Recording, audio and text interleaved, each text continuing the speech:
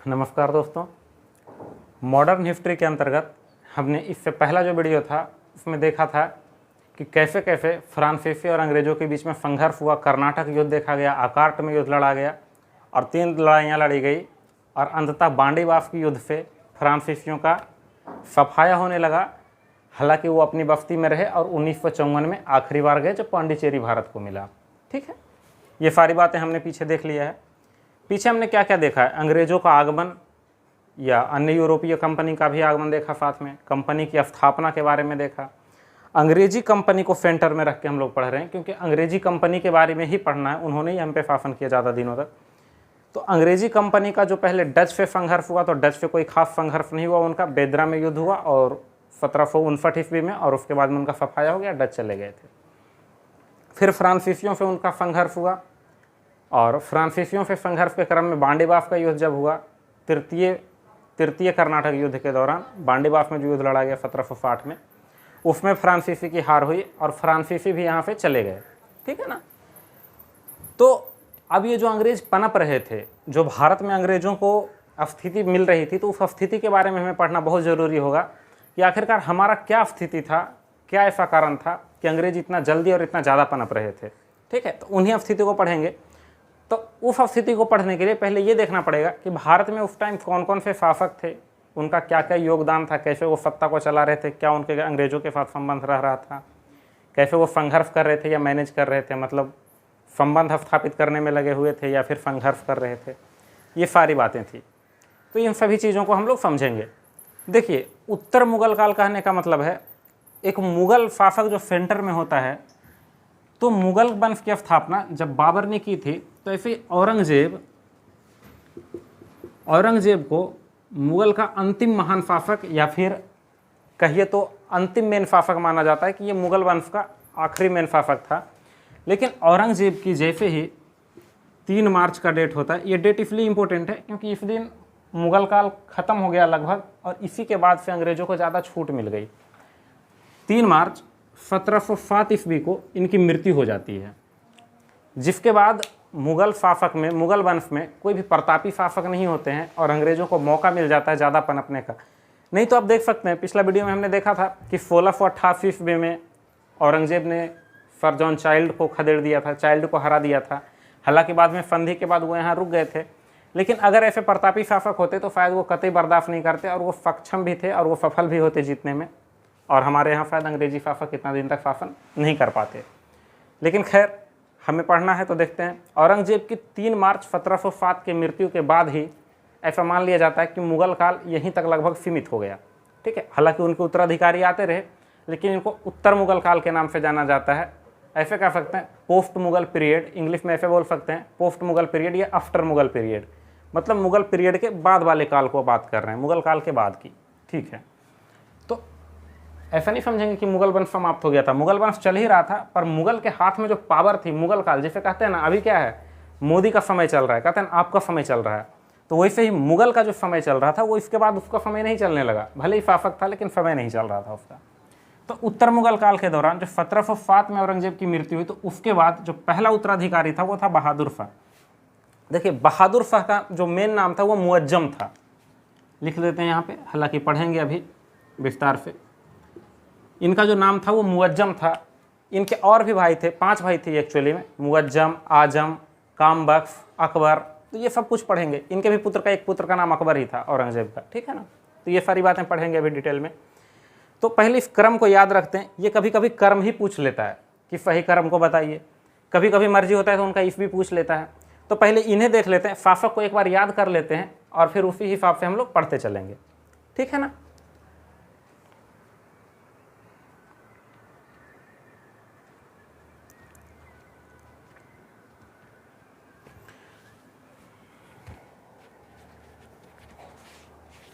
तो उत्तर मुगल काल के दौरान जो पहले शासक हुए उनका नाम बहादुर शाह था। ये 1707 से 12 तक शासन किए, 5 साल इन्होंने शासन किया। इनको शाह बेखबर कहा जाता था। शाह बेखबर क्यों कहा जाता होगा? क्योंकि राज्य में किसी चीज़ की परवाही ही इनको नहीं रहती होगी कि क्या हो रहा है नहीं हो रहा है, इनको कोई मतलब नहीं रहता होगा, इसलिए इनको बहादुर शाह को शाह बेखबर कहा जाता था। इनका मूल नाम मुअज्जम था। ठीक है। उसके बाद शासक बने जहांदार शाह। ये एक ही साल शासन कर पाए, 1712 से 1713 तक इन्हें लंपट मूर्ख कहा जाता था। एक्चुअली में ये खुद शासन नहीं करते थे, इनका वजीर जो थे, अभी डिटेल में इन बारे में पढ़ेंगे, इनका वजीर का शासन चलता था। उसके बाद फर्रुखसियर, इन्होंने 6 वर्षों तक शासन किया। देखिए 5, 1 और 6, तो फर्रुखसियर ने 6 वर्षों तक शासन किया। और आपको याद होगा 1717 ईस्वी में इन्होंने शाही फरमान जारी कर दिया था और वो अंग्रेज़ों को यहाँ पांव पसारने में बहुत बड़ा योगदान रहा। इसी चलते इनको घृणित कायर भी कहा जाता है, ठीक है ना। तो देखिए इस तीनों को पहले याद करते हैं। बहादुर शाह 1707 से 12, साहिब खबर, इनका मूल नाम मुअज्जम था। जहांदार शाह 1712 से 13, लंपट मूर्ख कहा जाता है इन्हें। फर्रुखसियर 1713 से 1719, इसी बीच में 1717 की घटना थी, इनको घृणित कायर कहा जाता है। 1719 में 2 शासक बने, एक रफ़ी-उद-दरजात और एक रफ़-उद-दौला। सबसे कम दिन तक अगर कोई पूरा मुगल वंश में, मैं होल मुगल वंश की बात कर रहा हूँ, शुरुआत में बाबर से लेकर लास्ट यहाँ तक बहादुर शाह जफर तक, अगर कोई शासक सबसे कम दिन शासन किया तो वो था रफ़ी-उद-दरजात। ये न्यूनतम दिन तक शासन किया था, महज 4 महीना ये शासक कर पाया और इनकी बीमारी से मृत्यु हो गई। इनको कोई मारा नहीं, ठीक है ना। उसके बाद रफ़ी-उद-दौला को शासक बनाया गया और इनकी भी आकस्मिक मृत्यु हो गई, इनको भी कोई नहीं मारा। मतलब दोनों में से कोई भी 1 साल भी शासक नहीं कर पाए, ठीक है। उसके बाद मोहम्मद शाह को शासक बनाया गया। अब ये जो मोहम्मद शाह थे, ये 1719 से 1748 तक लंबा शासनकाल चला और इनको रंगीला बादशाह कहा जाता था। ये ऑर्केस्ट्रा वगैरह देखते रहते थे, मतलब सीधा बात करें तो रंगरलियों में रहते थे, घर में लाकर ये नाच गान का प्रोग्राम चलता था। देखते होंगे पिक्चर में, पुराने ज़माने वाले में ऐसा ही चलता था। तो मोहम्मद शाह को रंगीला बादशाह भी कहा जाता है, इसीलिए कभी कभी नाम में मोहम्मद शाह रंगीला साथ में यूज कर लेते हैं।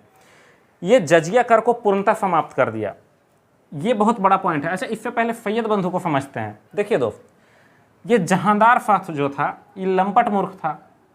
इनके टाइम पे शासन वजीर करते थे, तो ये बात लोगों को पसंद नहीं आती थी। तो एक सैयद बंधु था, सैयद बंधु मतलब सैयद करके नाम था, सैयद हसन अली और सैयद हुसैन अली, 2 भाई का नाम था, सैयद हसन अली और सैयद हुसैन अली। इन्हें पसंद नहीं था ऐसा, तो इन्होंने बहुत बड़ा कूटनीति के रचा और इन्होंने फर्रुखसियर को कहा कि आप यहाँ शासन कर लो और मतलब आपको हम राजा बना देंगे। इसके लिए इन्होंने, जब आगे पढ़ाएंगे तो पढ़ाएंगे, इन्होंने मराठों का भी सहारा लिया था। मराठा का जो पेशवा थे उनका भी मदद लिया था सैयद बंधु ने।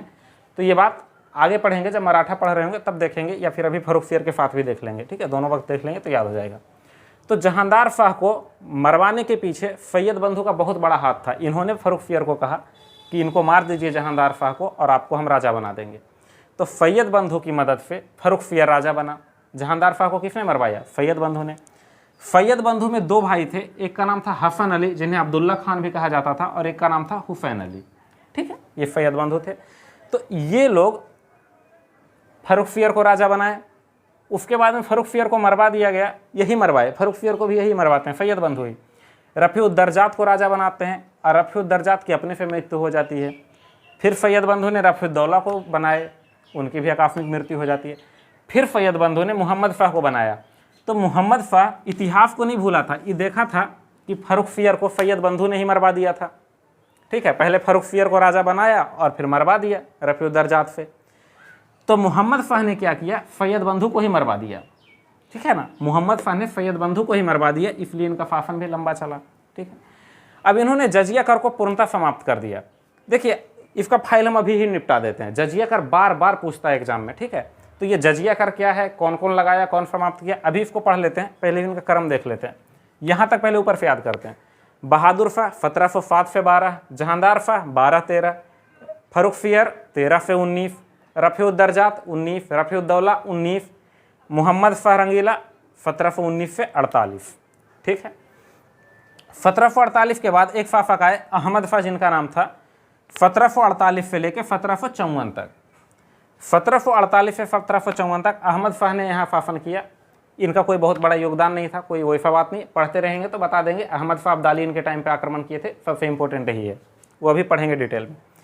उसके बाद में ये 4 नाम, इसको याद रखने का एकदम ध्यान में आराम से याद रखिएगा। आफा अब, ठीक है, आफा है कि अब याद हो जाएगा, ठीक है ना, ऐसे रखिए कि आफा है कि अब याद हो जाएगा। यहाँ तक याद हो गया तो आप आफा रखिए कि अब याद हो जाएगा, ठीक है ना। तो आ से आलमगीर द्वितीय, और सब में द्वितीय लगा हुआ है। आलमगीर द्वितीय, शाह आलम द्वितीय, अकबर द्वितीय और बहादुर शाह द्वितीय। अब देखिए यहाँ पे आलमगीर द्वितीय 1754 से 58 तक शासन करते हैं। शाह आलम द्वितीय 1759 से 1806 तक शासन करते हैं। अच्छा, आपने ध्यान नहीं दिया, यहाँ पे 1758 से लेकर 1759 के बीच में 1 साल का गैप है, जबकि जब मृत्यु हो रही है तभी तो अगला राजा बन रहा है। यहाँ 1 साल का गैप क्यों? यहाँ 1 साल का एक्चुअली में गैप नहीं है, यहाँ पे एक कांड हो गया था। यहाँ पे कांड ये हो गया था कि आलमगीर जैसे ही डेथ किए तो आलमगीर का जो पुत्र थे उनका नाम अली गौहर था, और ये उस वक्त बिहार में थे। ठीक है, अली गौहर बिहार में थे, बिहार का राज्यपाल थे अली गौहर। अली गौहर शाह आलम का ही दूसरा नाम है, ठीक है ना। तो आलमगीर का पुत्र शाह आलम, जिसका नाम अली गौहर था, वो उस टाइम बिहार में था। तो दिल्ली में एक दूसरा शासक, वो काम बख्श जो पढ़े थे ना ऊपर में, इन्होंने जिसको रेला था, तो काम बख्श का पोता था शाहजहां तृतीय के नाम से। इनको मुल्लर, इनका वास्तविक नाम मुल्लर है, ठीक है ना। ये ध्यान रखने लायक उतनी बात नहीं है, शाहजहां तृतीय ज़्यादा फेमस है। तो आलमगीर द्वितीय और शाह आलम द्वितीय के बीच में शाहजहां तृतीय ने दिल्ली में राजा बन गए। अच्छा, ये शाह आलम कहाँ थे? बिहार में। तो ये बिहार में ही राजा बने उस वक्त, क्योंकि पिता मर गए तो राजा तो पूरा भारत का यही होंगे। तो जहाँ थे वहीं राज्याभिषेक हुआ, पर दिल्ली में शाहजहां ने भी राज्याभिषेक करवा लिया।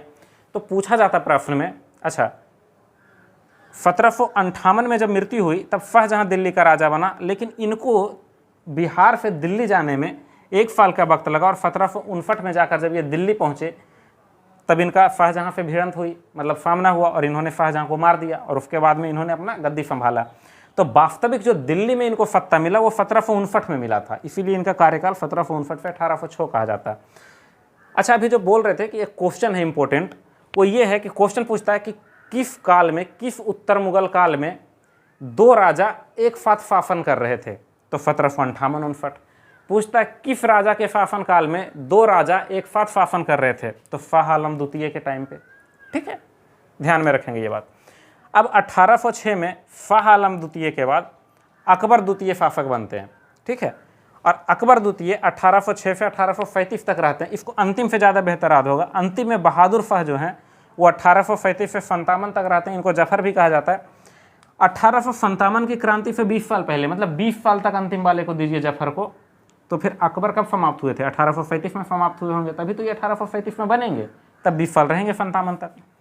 तो बहादुर शाह, इनका उपनाम जफर भी है तो इनको जफर भी लिखा जाता है साथ में, बहादुर शाह जफर 1837 से 57। 1857 में क्रांति के दौरान ये दिल्ली का नेतृत्व कर रहे थे, आगे पढ़ेंगे। इनको रंगून भेज दिया जाता है, और रंगून में 1862 में इनकी मृत्यु हो जाती है। रंगून बर्मा भेजा जाता है, मतलब म्यांमार भेजा जाता है रंगून में। तो रंगून ही क्यों भेजा जाता है? अभी राजधानी क्या वहाँ की? नापीदा या नापीता ऐसे बोलिए, पर उस टाइम पे बर्मा की राजधानी रंगून ही थी, ठीक है, इसीलिए रंगून ही भेजा गया था, ठीक है ना। अब हम बोल रहे थे इस जजिया कर के बारे में, कि इसका फाइल अभी निपटा देते हैं। देखिए, जब मध्यकालीन भारत पढ़ते हैं, उतना इंपॉर्टेंट नहीं मध्यकालीन भारत, हम इसलिए बता दे रहे हैं कि अगर शायद संजोग से हम तो अपलोड जरूर करेंगे, हम तो जरूर पढ़ाएंगे आपको, लेकिन आपको कोई जल्दी में एग्जाम हो और मध्यकालीन भारत नहीं पढ़ें तो उसका कुछ इंपॉर्टेंट पॉइंट पूछ लिया जाता है, उसमें से एक जजिया कर भी है, ठीक है। तो इसको देखते हैं, जजिया कर का जिक्र आया तो क्या है। सर्वप्रथम मोहम्मद बिन कासिम, ये जब भारत पे आक्रमण किए थे, ये जो मुस्लिम आक्रमण हुए थे भारत पे, ये 713 ईस्वी में हुई थी। तो 713 ईस्वी में जब ये आक्रमण किया और ये जीते और यहाँ जब विजय हासिल किए, तो यहाँ एक कर लगा दिया, जजिया कर।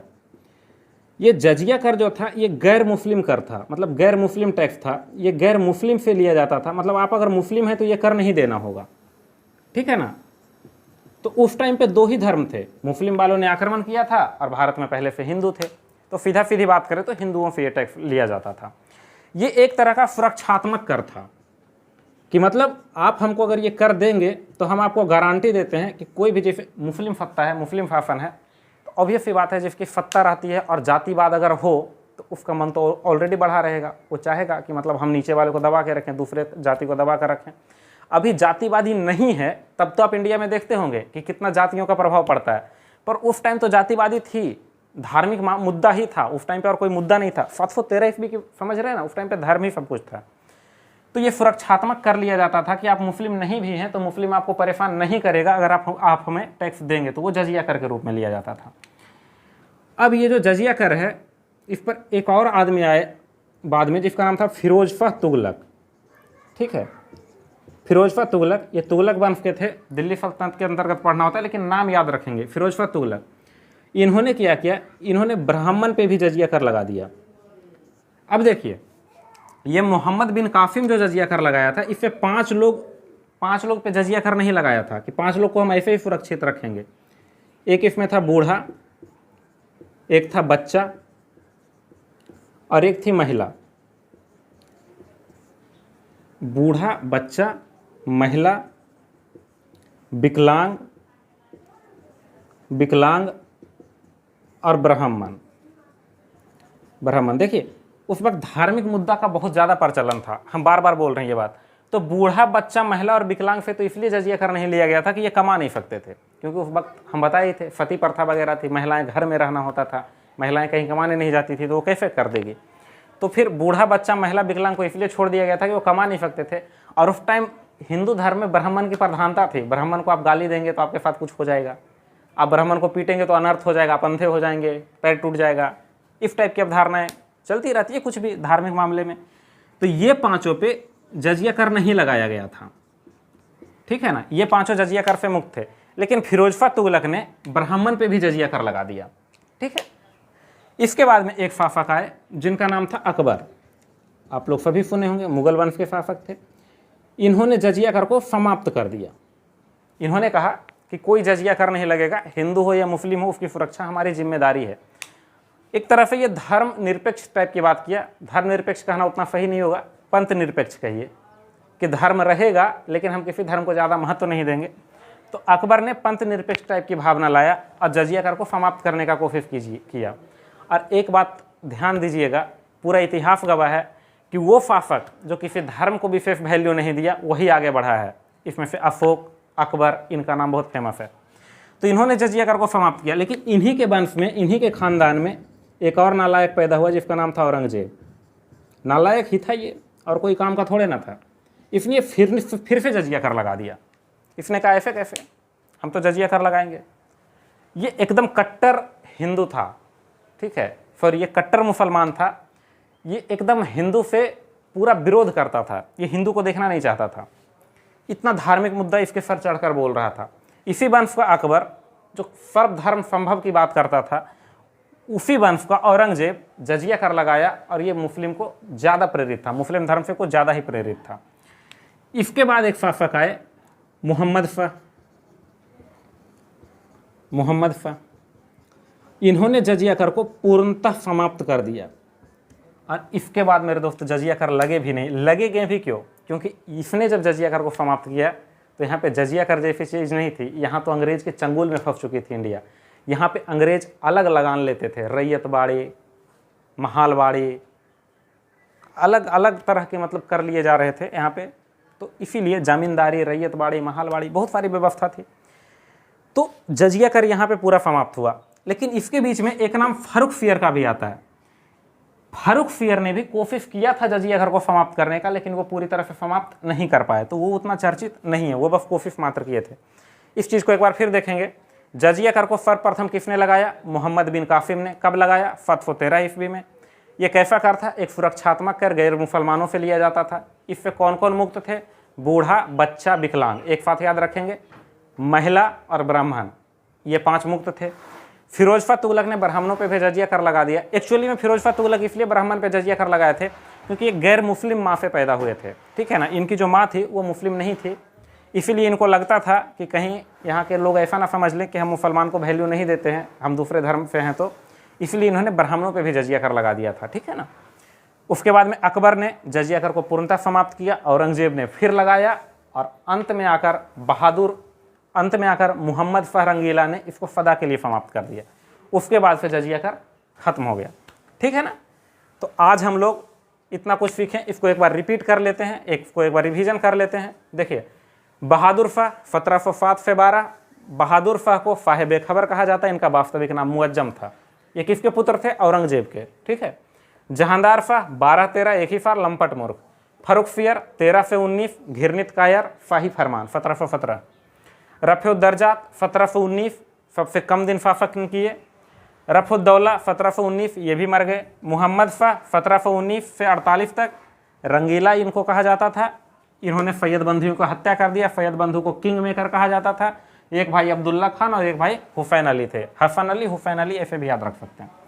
उसके बाद अहमद फा फाफक बने 1748 से 54 तक। उसके बाद आलमगीर फाफक बने 54 से 58 तक। आलमगीर और फाह आलम के बीच में फाह जहाँ तृतीय फाफक बने जिनका नाम मुल्लर था, ठीक है। और ये और फाह आलम एक साथ शासन कर रहे थे, इसलिए द्वैध मतलब दोहरा शासन उस वक्त चल रहा था। फाह आलम 1759 से 1806 तक शासन किए। इनका वास्तविक नाम अली गौहर था, इस चीज़ को भी ध्यान में रखेंगे, पूछ देता है इनका नाम अली गौहर था। आफा अब अकबर द्वितीय शासन किए 1806 से कब तक करेंगे, 1857 से 20 साल पहले तक 1837 तक किए। अंत में बहादुर शाह द्वितीय या बहादुर शाह जफर 1837 से 57, इन्हें रंगून भेज दिया गया और 1862 में इनकी रंगून में ही मृत्यु हो गई। रंगून उस वक्त बर्मा की राजधानी थी, ये लिख लीजिए, बर्मा की राजधानी थी रंगून, ठीक है। उसके बाद में हमने जजिया कर देखा। जजिया कर को मोहम्मद बिन कासिम ने 1713 ईस्वी में लगाया, सुरक्षात्मक कर था। फिरोज शाह तुगलक ने ब्राह्मणों से भी जजिया कर लिया, अकबर ने समाप्त किया, औरंगजेब ने फिर लगाया और मोहम्मद शाह ने इसको परमानेंटली समाप्त कर दिया। मोहम्मद शाह या मोहम्मद शाह रंगीला साथ में लिख सकते हैं, कोई दिक्कत नहीं है। इन्होंने पूरी तरह से समाप्त कर दिया। पूछता है जजिया कर को पूर्णतः किसने समाप्त किया, मोहम्मद शाह रंगीला ने। आज हम लोग यहीं तक रुकते हैं, कल हम लोग इन सबों का डिस्कशन करेंगे। बहादुर शाह जफर के बारे में थोड़ा और विशेष देखेंगे कि इन्होंने और क्या क्या कारनामे किए हैं। इन्होंने 1-2 युद्ध लड़ा है, आजम से लड़ा, ये अपने भाई से लड़े, आजम से। कामबख्श से भी इन्होंने युद्ध लड़ा अपने भाई से, तो ये सभी बात देखेंगे। जहांदार शाह के बारे में देखेंगे, ठीक है, वहाँ भी जिक्र आएगा कि इसका जो वजीर था वही कैसे शासन कर रहा था, इस बारे में भी समझेंगे। जुल्फ़िकार खान नाम था इनका वजीर का। फर्रुखसियर के बारे में थोड़ा समझेंगे, मतलब सबके बारे में थोड़ा थोड़ा ओवरव्यू ले लेना है कि अगर क्वेश्चन आए तो हमसे छूटे ना, ठीक है।